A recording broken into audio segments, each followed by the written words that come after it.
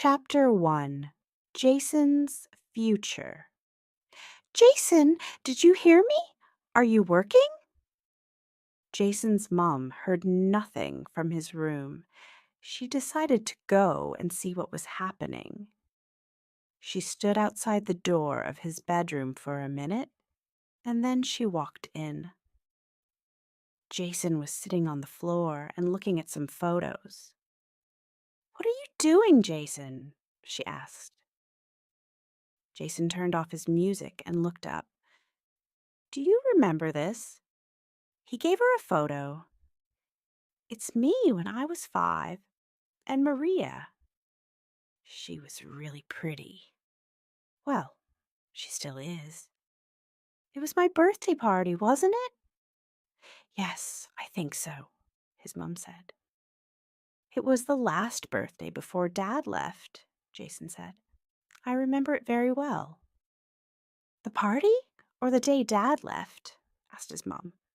"Both," said Jason. "In my mind, they both happened on the same day." "They didn't, but it all happened a long time ago," his mom replied. She walked to the window so Jason couldn't see her face. Simon, her husband, left their house in Moreland Road early one morning 12 years ago. He wrote her a letter and put it on the kitchen table, and then he left. For 12 years, she didn't hear from him. No letters, no birthday cards for Jason. Then, last week, there was a phone call. "Why did you go?" she asked Simon again and again. He wanted to meet her. "No," she said, but she wanted to say yes. Jason's mom turned away from the window. "Jason, what about your homework?" she said. "Why are you looking at old photos?" "I want to find all the ones I've got of Maria. I want to take them with me to London, you know, when I go to art school." He smiled at a funny photo of Maria, aged 11. "It's a bit early to think about all that, Jason," his mom said. "You're not going until the autumn. And you don't know if you're going to get a place at the art school." "I will, I'm sure I will. When I went to visit them 2 weeks ago, they said, 'We think your work's very good. We really like your ideas.'" "I know, but anyway, where are you going with Maria tonight?" asked his mom. "Broad Street Bar. There's a great reggae band on," said Jason. "Have you told her about going away to art school in September?" asked his mom. "Yeah, she's fine about it, I think," he replied. "I can come home at the weekends." "You won't," his mother began and then stopped. "I know what you're thinking," said Jason, "but we're different. We'll always be together." His mother left the room and went downstairs. Maybe Jason and Maria are different, she thought. They've known each other since they started primary school. But I thought Simon and I were different, and look what happened. "Mom," Jason came into the kitchen, "I'm going round to Maria's now. I'll have something to eat at her house, okay?" "Have you finished your work?" asked his mom. "Yes. Stop asking me. See you later, about 12, okay?" And Jason left the house before his mom had time to say anything else. 5 minutes later, the phone rang. Jason's mom jumped out of her chair, looked at the phone, and thought, Simon. She answered it. "Hello," she said in a very quiet voice. "Oh, hi, Mrs. Campbell. Is Jason there?" "Maria!" Jason's mom almost shouted her name. No, sorry, he's left. He's on his way to your house. Oh no, said Maria. Is there a problem? Jason's mom asked. No. Yes, I can't go out with him tonight. But it's okay. I'll tell him when he arrives here, answered Maria. Bye. Jason's mom sat down. She drank a little red wine. She thought about the phone call from Maria. She thought that Maria's voice was a bit strange. She hoped nothing was wrong. Chapter 2: Nina's New Job. Nina Sen's work at the bank was over for the week. She was at home at 48 Moreland Road with her 6-year-old son, Max. He was eating sausages and chips. I got 100% in maths today, he said. Did you? That's great, Nina answered. You're good with numbers, just like me. Is Dad at work? Asked Max. Yes, but he'll be home soon. He's got the evening off, Nina replied. David Sen worked as the top cook at Julie's, an expensive French restaurant. He worked long hours, and very often he didn't get home until late. Oh, good. Mom, can my friend Adam come to football with us tomorrow? Asked Max. Of course he can. Do you want to watch a bit of TV after dinner? Nina wanted some time to think before David came home. But she didn't get much time because 10 minutes later she heard David come in. Hi, Nina. David kissed her. Where's Max? Watching TV, said Nina. How was the restaurant today? Good. You know Dan? Asked David. The new assistant in the kitchen? Well, one of my cooks was ill today, so Dan did some cooking. And he was great. He has a French grandmother, and he can remember some of the food she made. So he's got lots of ideas for the new menu. Daddy, Daddy, Max shouted, running into the room. Hello, Tiger, said David. Let's go and read a story, and then you can tell me all about your day. Father and son left the kitchen. Nina could hear Max's excited voice. He was really happy to see his father. I'm lucky, thought Nina. Why do I want to change things? She cooked dinner for herself and David. Are you ready to eat? Asked Nina when David came back to the kitchen. There's something I want to talk to you about. I'm not sure I like the sound of that. Is it something important? He asked. The director from head office came to the bank today. He told me I was the manager of the month, Nina said. Well done. Does that mean you'll get more money? David laughed. In a way, yes. He asked me to be the manager in Newcastle. That's a really big bank, about 5 times the size of the one here. Nina stopped and looked at David's face. So, yes, more money.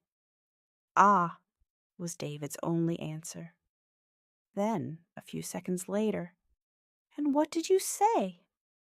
I said I was interested, Nina answered. I also said I wanted to talk to you. What do you think? First thought, said David, who stood up to get a glass of water. Well done, you. You work hard, and I'm pleased for you.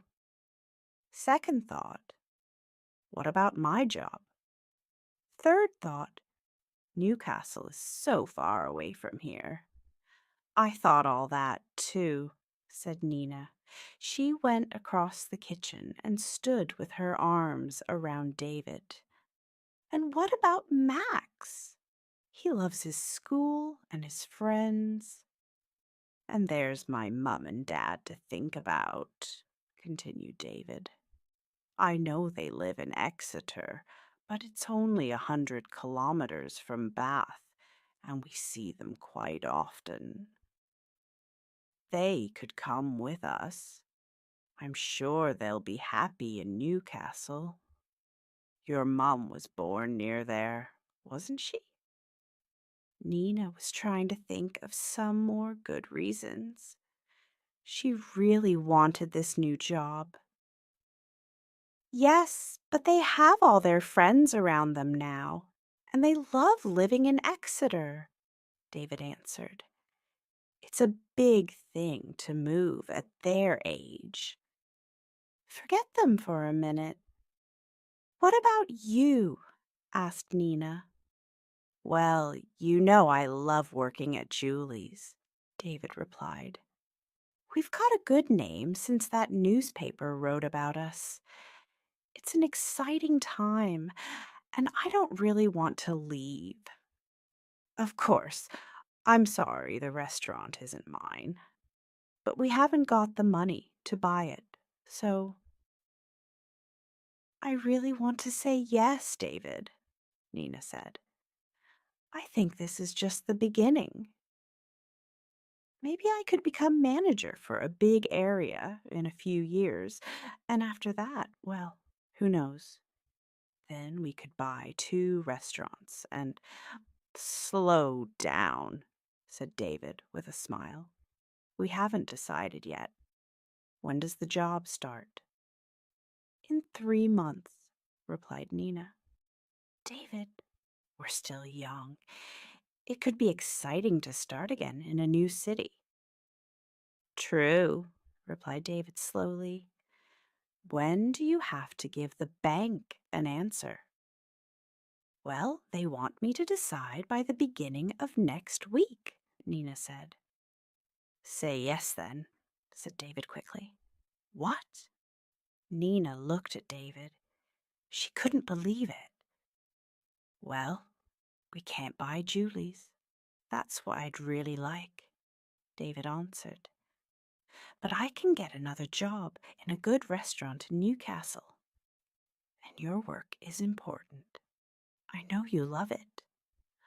Oh, David, you're wonderful. I'm so pleased I married you.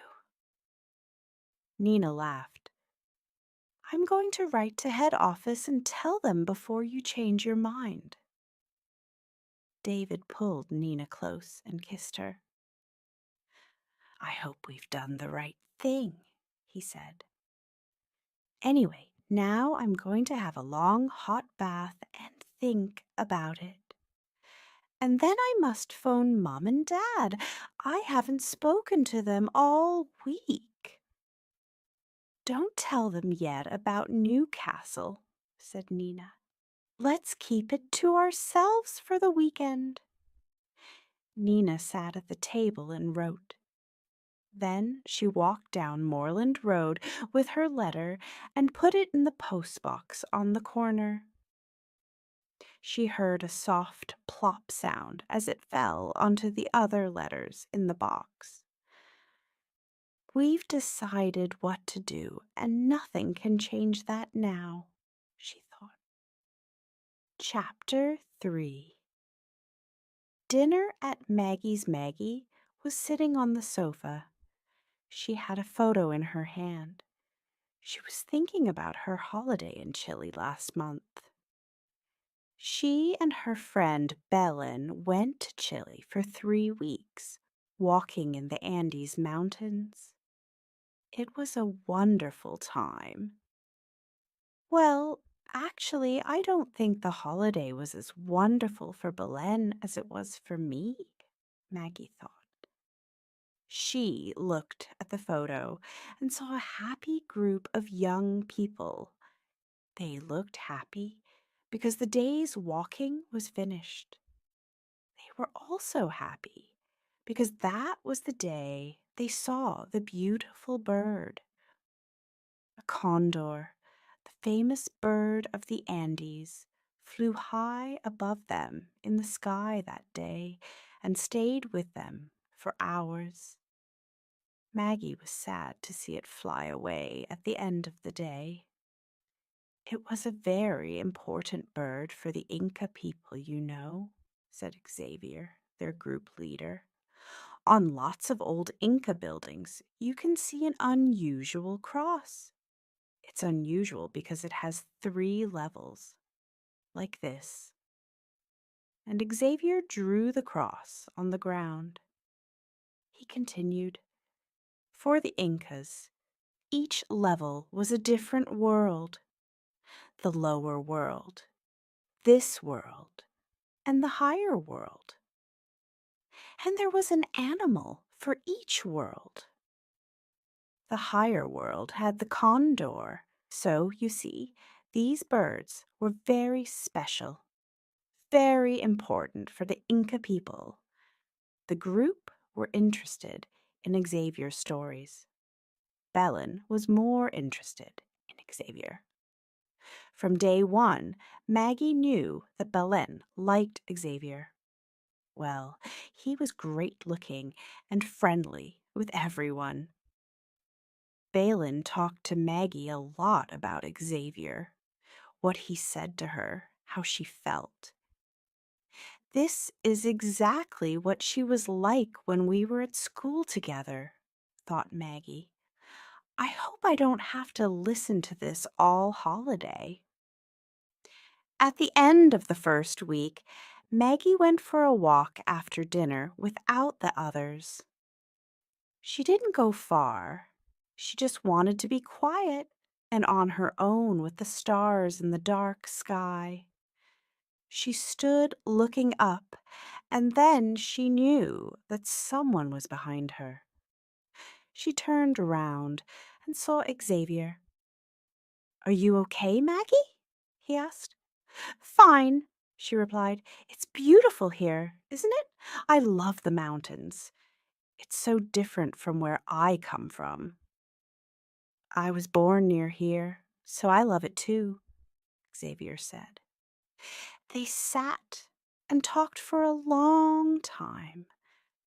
She learnt about his life and about the life of ordinary people in Chile. From that day, she and Xavier had a special friendship. They often talked together after dinner, and something more than a friendship began. And of course, Belen saw it. It's okay, Maggie, really, said Belen. I don't mind. But Maggie felt she did mind, and sometimes she saw Belen looking at her rather coldly. But at the end of the holiday, things were okay between the two friends. And Belen actually said she wanted to go on holiday with Maggie again. Maggie got up slowly from the sofa. She enjoyed dreaming about her time in Chile, but she had to make dinner. Belen was coming tonight. She walked into the kitchen and started cooking the meat for the lasagna. Oh, I forgot to buy the tomatoes, she thought. She took her money and left the house. She walked quickly to the shop at the end of her street. In her house, the phone rang, and of course, nobody answered it. Then the answer phone started. Hi, this is Maggie. Sorry, I'm not here to take your call, but please leave your name and number and I'll call you back later. Thanks. There was a small noise at the other end of the phone. Someone was getting ready to speak. But the person didn't leave a message or their name and number. Maggie came back with the tomatoes. She saw the message light on the phone. Probably Belen, she thought. Maybe she's going to be late. Maggie played the message, but there was nothing to listen to. Strange, she thought. She went into the kitchen and finished the lasagna. Then she took a glass of red wine into the living room. She picked up the phone. Telephone number 07788536782. Call today at 1900 hours, she heard. Maggie wrote the number down and thought, I don't know anyone with that mobile number. But then she heard someone at the front door. It was Belen.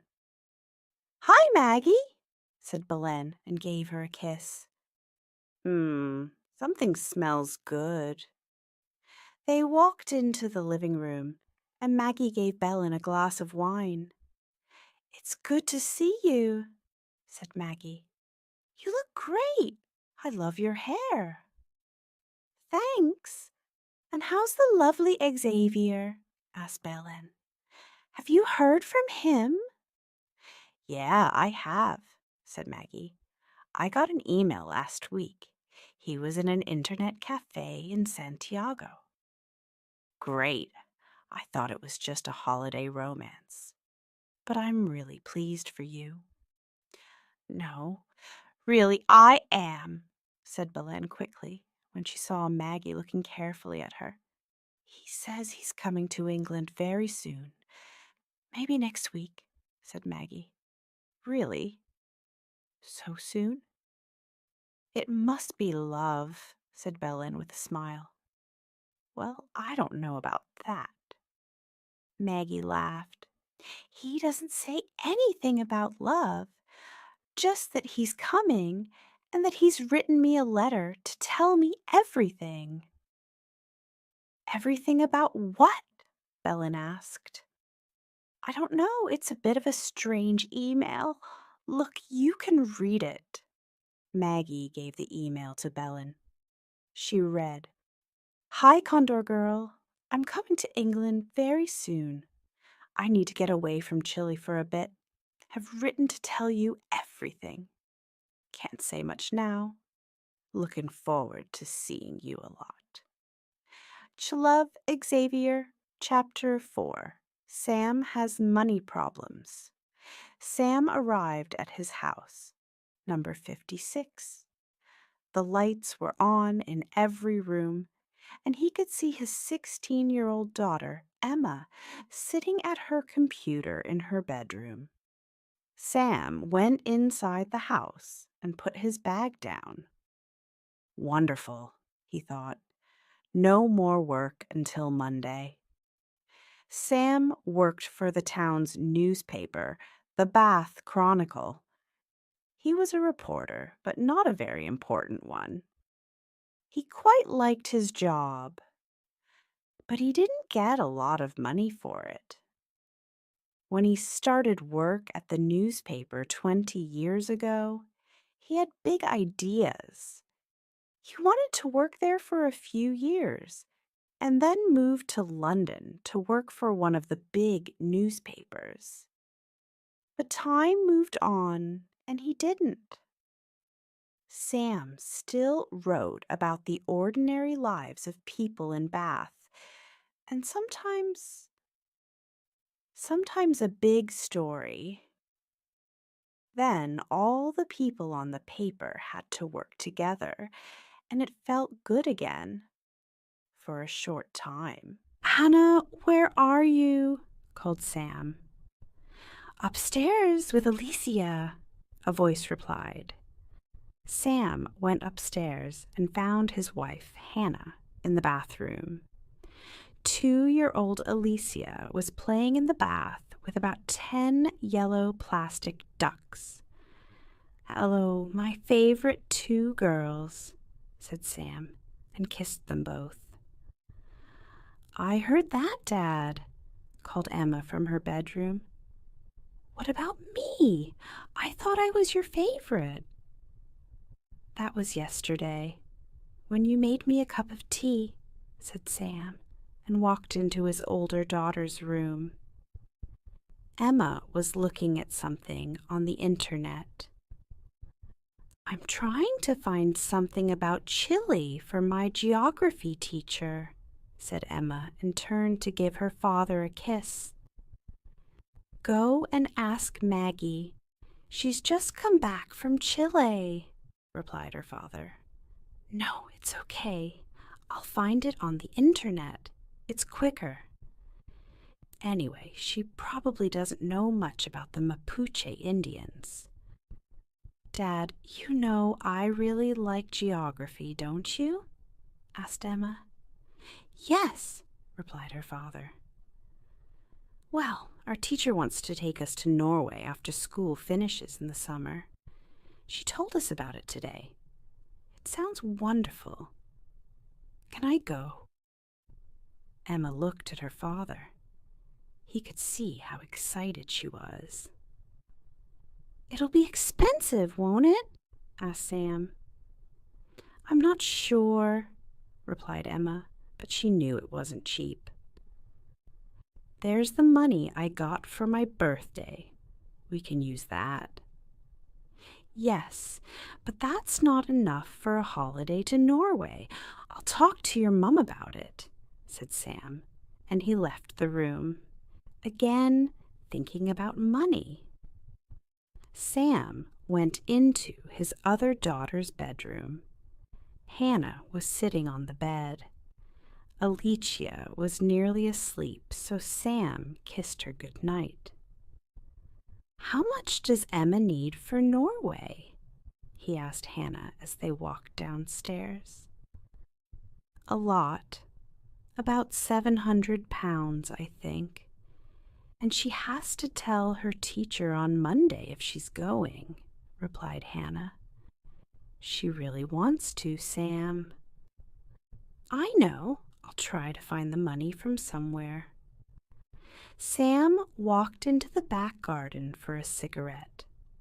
Hannah sat down at the kitchen table to read the newspaper. Hannah looked up when Sam came back in and said, "I could get a job, Sam. But I really want to stay at home with Alicia for a bit longer." "I know, and that's fine," said Sam. "I'll ask Jeremy to lend us some money. I don't like doing it, but I've done it before." His older brother, Jeremy, had a good job. He worked in the world of computers where nobody thought about not having enough money. Jeremy was strong. Some people thought he was hard, not strong. Every job he got was better than the last one. He wasn't happy if life was too quiet and easy. He was a doer, not a thinker. His wife was the same. They both worked and played really hard. It's good that they don't have any children, because there isn't enough time for them in their lives, thought Sam. Jeremy didn't understand how expensive children were, and Sam hated asking his brother for money. He could tell that Jeremy felt sorry for his younger brother. "Why don't you get a better job, Sam?" Jeremy always asked. "You're intelligent. You could do anything." "I like my job," replied Sam. "I don't want to work anywhere else." That wasn't really true, but he could never let Jeremy know that. And this was the same conversation Sam and Jeremy had on the phone that Friday evening. But then it changed. "I'm sorry, Sam, but I'm not going to lend you the money," said Jeremy. "Pardon," said Sam. "No money this time. You need to think about your job. Get a job with more money. You've got to change, Sam. Every time you need money, you come to me." "Well, I think it's too easy." Jeremy stopped. Sam put the phone down. His head was hurting. He couldn't believe it. His own brother didn't want to help him. His own brother talked to him like that and made him feel small and dirty. Sam went back into the kitchen. "What did he say?" asked Hannah. "Fine," said Sam. "He'll lend us the money so Emma can go to Norway." "I know it's difficult for you to ask, so thank you, my love," said Hannah and kissed him. Sam didn't look at Hannah and went to find Emma. Chapter 5. Jason and Maria opened the front door of her house and let Jason in. "Hi," said Jason and kissed Maria. She took his head in her hands and looked at him for a few seconds. "What are you looking at? Have I got something on my face?" asked Jason, and he kissed her again. "No, I just wanted to look at you. You've got a lovely face," replied Maria, and walked into the living room. "Are you okay?" asked Jason, following her. "I haven't seen much of you this week." "I'm fine," replied Maria. Then she turned and looked at Jason. She saw someone who was her best friend. She saw a person she loved, but she knew that she was going to change everything. "Jason, sit down. I need to talk to you," said Maria. She took his hand. "There isn't an easy way to say this, but I've met someone else." "What do you mean?" "Met someone else." For a moment, Jason didn't understand. Then his face went white. "When I was on holiday with my family in France at New Year, I met a man, and this was the difficult bit to say. And I think I love him." "You said you love me," said Jason in a loud voice. "I did. I do. I do love you, but maybe like a brother. I feel a different love for Francois." Maria looked at Jason. "Oh, Jason, I'm sorry. I didn't want this to happen." "You don't love him," said Jason. "It was just a holiday romance. How can you fall in love with someone else? Have you heard from him since the holiday? Have you seen him? Does he say that he loves you?" "Yes, he loves me too," Maria answered. "We've emailed each other every day, and he came to London last week for a few days. I saw him then, when I stayed at my sister's." "You told me your sister wanted to spend some time with you," said Jason. "So that wasn't true, was it?" Jason looked at Maria. He couldn't believe what was happening. "When we finish school in the summer, I'm going to Paris to study. Francois is studying there at the moment," Maria said, not looking at Jason. "You've thought of everything, haven't you? When did you decide all this?" Jason asked. Maria didn't reply. Jason got up, put on his coat, and said, "I'm going. I can't stay here. It hurts just to look at you." "Will you be all right?" asked Maria. "I don't know. And anyway, it's not your problem now, is it?" replied Jason angrily. "Jason, please don't," said Maria. "Don't go. We need to talk some more." But Jason was already running out of the front door. He ran and ran until he couldn't run anymore. He wasn't angry anymore, but just so sad. He started to walk slowly home. He hoped his mother was out. He didn't want to talk to anyone. When he got to his house, he saw the lights were on. He tried to open the door quietly, but he couldn't. "Is that you, Jason?" called his mother from the living room. "Yes," he replied. She came to the door of the living room. "Why are you back so early?" "I'll tell you tomorrow," replied Jason. "I'm going to my room now."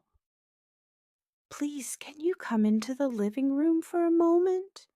his mother said. "Do I have to?" asked Jason. "Yes," his mother replied. Jason followed his mother into the living room and saw a man sitting on the sofa. "Jason," said his mother, "this is your father, Simon." Jason looked at the man and said nothing. Simon said nothing, but couldn't look at Jason. After a minute or two, Jason said coldly, "So where have you been for the last 12 years?" His father replied, "It's difficult, but let me try and tell you what happened." But Jason didn't want to hear any more things that evening. For the second time that day, he ran out of a house. He went to the river and sat looking at the water. He felt lost. Everything was different. Maria loved someone else, a strange man, someone he called Dad 12 years ago, was sitting in his house.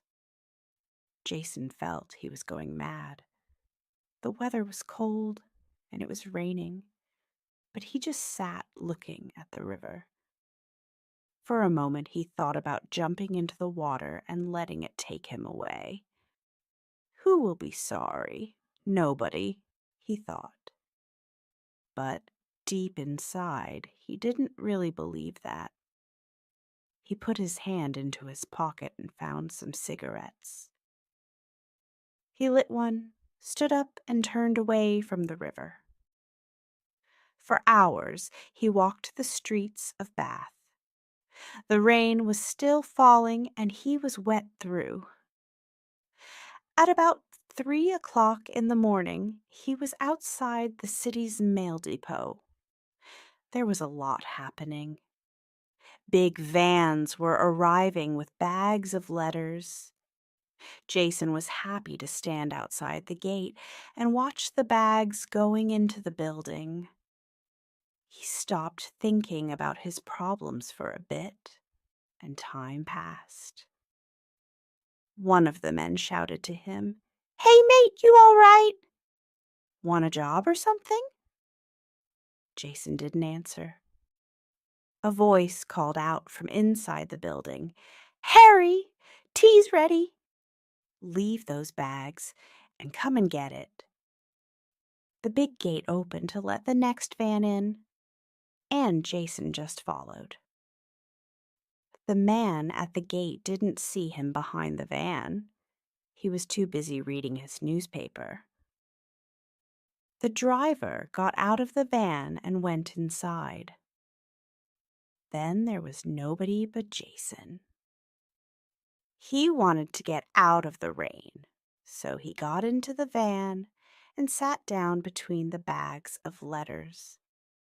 It was dry and comfortable. He smoked his last cigarette and then closed his eyes. He woke up a short time later when he heard the sound of people laughing in the building. For a moment, he didn't know where he was. Then he remembered. He knew he must go home and talk to his mother. Then there was his father. Jason was angry with him, but he did want to know why he was back. "And I don't want anyone to find me in this van," he thought. He jumped out and waited in the dark for the gate to open again. When it did, he ran out. A voice called out behind him, "Hey, you! Stop!" But he didn't. He ran on. His head was hurting and his clothes felt wet and uncomfortable. There was only one thing in his life that made him feel good: going away to art school in the autumn. It was really important that he heard from the London Art School soon. Chapter 6. Nina and David lay in the bath. He thought about Nina's new job and about all of them moving to Newcastle. He loved working at Julie's, and he was sorry to leave it. And Max liked his school. But Nina was important too. David knew she was wonderful at her job. He got out of the bath and put on his jeans and a blue sweater. He went into Max's bedroom. His son was asleep. David sat on his bed for a few minutes. Then he gave him a kiss, turned off the light, and left the room. "Just going to phone Mum and Dad," David called to Nina. "Okay, remember, don't tell them about my new job," said Nina. "No, I won't," replied David. David phoned his father. "Hi, Dad. Are you okay?" "Fine," replied his father. "Your mother and I had a lovely walk by the sea this afternoon." "Anyway, it's good you phoned. We wanted to tell you there's something in the post for you. For your birthday on Tuesday. It'll be a surprise, I know, but I hope it's a good surprise." "That sounds interesting," said David. "Are you going to tell me anything more about it?" "No, you'll have to wait. Let me just get your mother. I know she wants to speak to you," his father said. "Joan!" his father shouted to his mother. "It's David on the phone." "Coming." David heard his mother's voice, and then he heard her say in a quiet voice to his father, "Have you told him?" And the answer, "No." "Hello, David," said his mother. "Are we going to see you soon? Can you come down next weekend?" "Yes, on Sunday," said David. "We can't on Saturday because I'm working, but Sunday will be fine." "Oh, good," replied his mother happily. "We want to see our lovely grandson again. We're lucky that you live near so we can see him quite often." David said something, but all the time he was thinking, how can we tell them that we're taking him away to Newcastle? "I'll give the phone back to your father now. I know he wants to tell you something about the garden," his mother said. "See you all next Sunday." "Bye, Mum," David said. He then listened to his father talking about some ideas he had for his garden. David could hear how excited he was. His father was only really happy when he was outside and doing things. At the end of the conversation, his father said again, "I hope our surprise for your birthday is what you want." "I'll ring you as soon as I get it," replied David. "Bye for now, Dad." David put the phone down and walked into the living room. "Everything okay?" asked Nina. "Yes, fine," said David. "I said we'll go down to see them next Sunday for the day. That's okay, isn't it?" "Sure." Nina saw the look on David's face. "Mum said how she loved having Max so near," said David, "and I felt bad. They're getting older, and they'll be so sad when we tell them about Newcastle." Oh, David, I know, but they'll want us to do the right thing for us as a family, replied Nina. But now I really don't know if it is the right thing anymore, said David quietly. They talked for hours, and the questions were always the same. Is it right for us to go to Newcastle? Zerenia, do we ask your parents to go with us? Component placement. Do we forget about the new job and stay in Bath? And then there was a new idea. Maybe David and Max could stay in Bath, and Nina could go to Newcastle for the week and come home every weekend.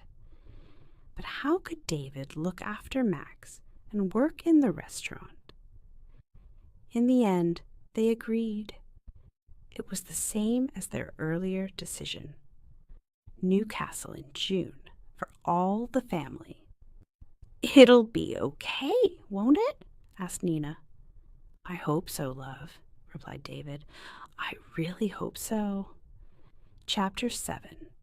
Maggie's visitor, Bellin, gave Xavier's email back to Maggie.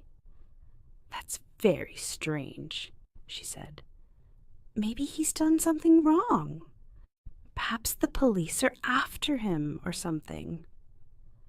No, not Xavier, said Maggie. Why not, Maggie? Answered Bellin. I mean, we were only in Chile for 3 weeks. How well do we know him? Have you had any other emails or letters from him? Yes, an earlier email, but it didn't say anything about coming to England, replied Maggie. Oh, well, there's nothing you can do. Just wait for the letter and hope it's nothing bad, said Bellin. I've just remembered something. Do you mind if I make a quick call? Asked Maggie. Someone phoned me just before you arrived, but they didn't leave a message. Go ahead, said Bellin. I'll go into the kitchen. No problem, answered Maggie. Stay, I won't be a minute, then we can eat. Maggie rang the mobile number. Hello, said a foreign voice. It was a man. Oh, hello, said Maggie. You called this number earlier, Bath 726549. Who are you? I'm sorry, answered the man. It was a wrong number. Oh, okay. Bye then, said Maggie and put the phone down. Wrong number. Maggie turned to Bellin. Someone with a Spanish-sounding voice, I think. From Chile, perhaps? Asked Bellin. Maybe, said Maggie. Anyway, it's not important. Let's go into the kitchen and have dinner. Maggie and Bellin ate the lasagna. They looked at photos from their holiday and laughed at some of the things they remembered. There was a noise from the living room, and they both jumped. It's okay, Maggie laughed. It's only the window. When it's windy, it always makes a noise. But then there was another, different noise. Someone was at the front door. What a bad time to call, said Maggie. She walked to the front door. When she opened it, she saw a man. Yes? She asked. Can I help you? Are you Maggie Cox? Asked the man. Yes, answered Maggie. And who? But she didn't finish her question. The man came into the house and closed the door behind him. Excuse me, said Maggie angrily. What are you doing? Who are you? Bellin heard her shouting and came out of the kitchen. Sit down, both of you, said the man quietly. I don't want to hurt you. Belen and Maggie sat together on the sofa. "I'm looking for a friend of yours, Xavier Santos," said the man. "He's not here," said Maggie and Belen at the same time. "Who are you?" asked Maggie. "Let's just say I'm a friend of the Santos family," answered the man. "I know he's in England, and I want to talk to him. I haven't heard from him since we got back from Chile," said Maggie quickly. "Really?" said the man. He walked round the room and looked at everything. Postcards from friends on holiday, the phone bill that was on top of the TV. Then Maggie remembered Xavier's email. It was on the table next to her. It was too late to move it. The man saw it. "So this is from another Xavier, is it? Where's the letter he talks about in the email?" asked the man. "I haven't had it yet," said Maggie. She was afraid, and she could feel Belen was too. She didn't understand what the man was doing in her house. "How did you know where I live?" asked Maggie. "I found your address in Xavier's home," said the man, "and your photo.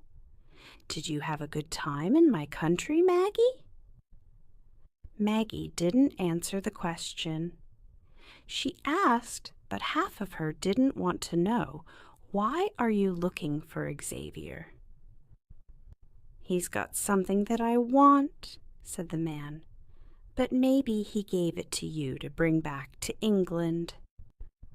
The man walked up to Maggie and stood very close. "He didn't give me anything," said Maggie. "Maybe he didn't, but I know that Xavier will come here soon, and when he does, I'll be ready for him." The man looked hard at Maggie. "You did a bad thing, Maggie, when you chose Xavier," said the man. "He's not right for a nice girl like you." He moved away. "Remember, Maggie, I'll come back." Belen and Maggie jumped up when the man left. "You must phone the police, Maggie," said Belen. "This is terrible. You must come home with me. You're not safe here." Maggie phoned and told the police everything. She told them, "I'm not going to stay here. I'm going to stay with a friend tonight. You can call me on my mobile, 0477656781. The police asked her to go to the police station the next day. Maggie put some things in a bag, ready to leave with Belen. "I'm so stupid," said Maggie. "I thought Xavier was really nice. I believed he loved me, but he was just playing." Maggie and Belen called a taxi and left Moorland Road half an hour later. Chapter 8. What Sam didn't know. "How am I going to find £700? thought Sam that Friday evening. "And why didn't I tell Hannah about Jeremy?" But it was too late now. Emma was going to Norway. "That's so great, Dad." "Thank you," she said, and kissed him. It made Sam happy to see her so excited. "I know what I'll do," thought Sam sadly. "On Monday morning, I'll take some of the jewelry my mother gave me before she died. There's a jeweler's shop on the way to work. I'm sure they'll be interested in buying diamond rings." Sam didn't want to sell the jewelry. He knew his mother wanted Emma to have it. "Maybe my brother is right," he thought. I do need a job with better money. I don't know how much longer we can go on like this. That Friday morning, 600 kilometers away in the city of Edinburgh, something important happened that could change Sam's life. But Sam knew nothing about it. Two people, a man and a woman, arrived at the offices of lawyers Barrett, Grab, and Lennox. A man took the two visitors upstairs to the office of Frank Barrett. It was a very old-fashioned place with big, dark wood furniture. There were hundreds of law books all around the room. "Good morning," said Mr. Barrett to the visitors. "It's Paul and Sonia Cooper, isn't it? Please sit down."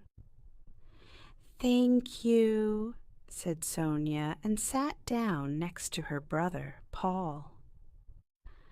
"I'm sorry about your father," said Mr. Barrett. "We looked after his business for years here." "Thank you," said Paul. "He was 91 when he died. But now we need to know what he decided to do with his money and things." "Paul," said Sonia, "that sounds terrible." "It's okay," said Mr. Barrett. "Let me tell you what he wrote in his will." Mr. Barrett didn't always enjoy reading a will to a family.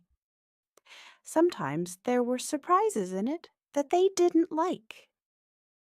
"I leave my house and all that is in the house to my two children, Paul and Sonia. My money I give to my grandchildren, Robert, Amy, and Charlie." Paul and Sonia looked pleased. He continued, "But not all of it." Their smiles became smaller. "I want to leave some of my money to a special person who was a good friend to me in my life, Samuel Davies. About 30 years ago, when my wife died, Sam lived next door to me. He was a young man, but he spent many hours with me at that time. He visited me most days and listened to me when I talked about my wife.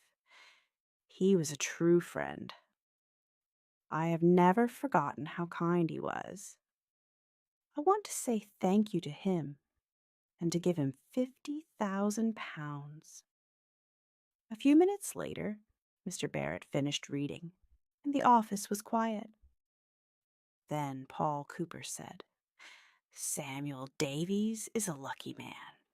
£50,000 is a lot of money just for talking to Dad." And Sonia said, "I don't remember him." "Well, that's what Dad wanted to do, and it's his money, so that's that. We can't change anything." "But how much will there be for the grandchildren, Paul's children?"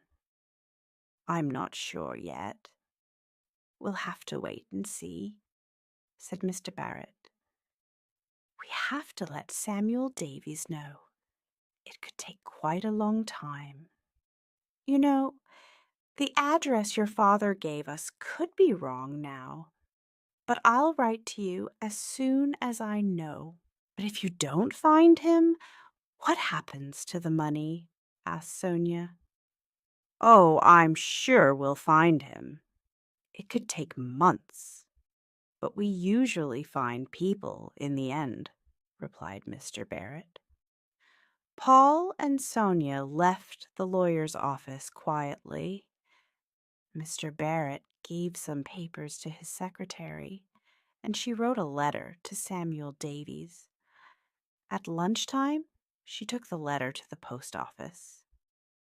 As she put it in the post box, she thought, "Lucky Samuel Davies. What's he going to do with £50,000? Back in Bath that Friday evening, Of course, Sam had no idea about Mr. Cooper and his money. He went to bed unhappy. Was it right to sell his mother's jewelry? And what job could a man his age get that paid more money? Chapter 9. Fire. At 3:30 on the morning of Saturday the 15th of March, a small fire started in a van at the back of the mail depot in Bath. Nobody saw it at first because everyone was inside the building. Then someone smelled something and shouted, "Fire!" Another person ran outside and saw what was happening. Someone else phoned the fire service. They tried to put out the fire, but they couldn't. The fire service arrived very quickly and put out the fire, but 2 big bags of letters were lost. In those bags were 4 very important letters for some people in Moreland Road. St. Martin's School of Art, Charing Cross Road, London W18XA Jason Campbell, 12 Moreland Road, Bath BA65LZ 13th March. Dear Jason, thank you for coming to see us last week. We really like your work, and we think that you are the kind of student who will do well here at our college. We are very happy to offer you a place here from September. As you know, there are many students who want to come to this art school. So it is important that you reply to us. Please tick the box below and return the letter to the above address by the 25th of March. We look forward to hearing from you soon. Yours sincerely, Neil Parker, course tutor. Yes, I can take a place on the art course starting in September. No, I cannot take a place on the art course starting in September. 120 Wharf Road, Exeter, 13th March. Dear David, first of all, happy birthday. We hope you have a really lovely day. We've been thinking about our future, and we want to do something with our money. We have enough for ourselves, so we've decided to spend some. We know how hard you work at Julie's, and we know that you've always wanted it to be yours. So we've bought it for you. We met Jean-Pierre last month and agreed a price. Yesterday we heard that it's now ours. Well, yours actually. We both know that you're going to make the restaurant better than ever. Can we come to dinner on your first big night? Lots of love to our wonderful son, Mom and Dad Santiago, 6th March, dear Maggie. Hope you got my email, and I hope this letter won't make you angry. I'm coming to England because I must leave Chile. I haven't done anything wrong, but my brother has. He's in with some bad people. My brother has disappeared. Nobody knows where he is. His friends think I've got some of his papers, but I haven't. So I want to come to England and get away from all these problems. Maybe I can get a job and stay there for a bit. Also, I want to see you. I think we're at the beginning of an exciting time together. I'll be with you very soon. Until then, please believe me that I have done nothing wrong. Please email me and tell me I can come. Lots of love and kisses, Xavier Barrett, Grab and Lennox, 34 Queen Street, Edinburgh EH23XJ, Samuel Davies, 56, Moreland Street, Bath, BA65LX, 14th March.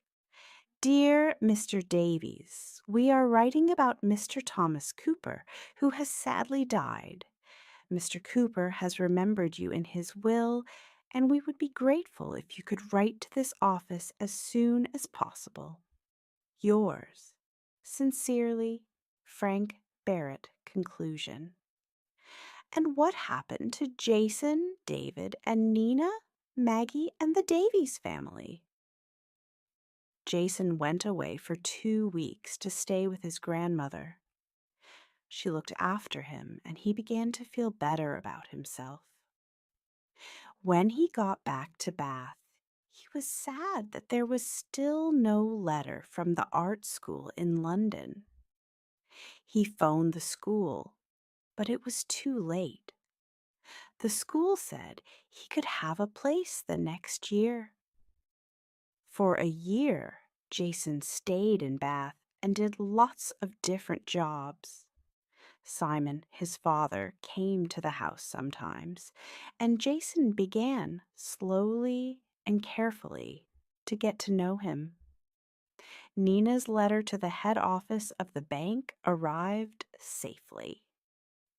David never got the letter from his parents, but his mom and dad phoned him on his birthday, and he learnt about the restaurant. It was the best birthday present in the world. Nina decided to work in Newcastle and come home at the weekends.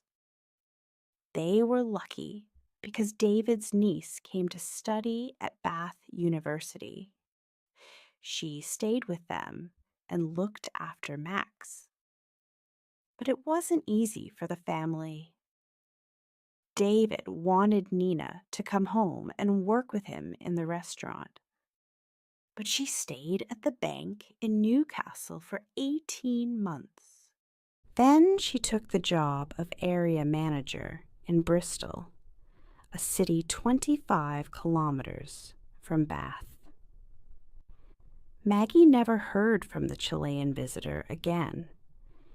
She never heard from Xavier again either, and he never arrived in England. Maggie was very sad. She really thought that she and Xavier were great together. It was hard for her. She wanted to believe that he was a good person, but all her friends told her to forget him. Sometimes she thought about going back to Chile to find him. But in the end, she didn't. She decided that probably it was just a holiday romance for him after all. Sam sold his mother's jewelry and gave Emma the money. After a few days, he had another conversation with his brother. Then he decided to leave his job at the newspaper and write a book. He worked at home so he could look after Alicia too. At first, it was strange for him, but slowly he began to enjoy his new life. It was exciting to write, and Alicia was an easy child. Hannah got a good job in a shop, which she enjoyed. They were still short of money, but one day, about 3 months later, he got a letter from Barrett, Grab, and Lennox. Life began to look a lot better for Sam and his family.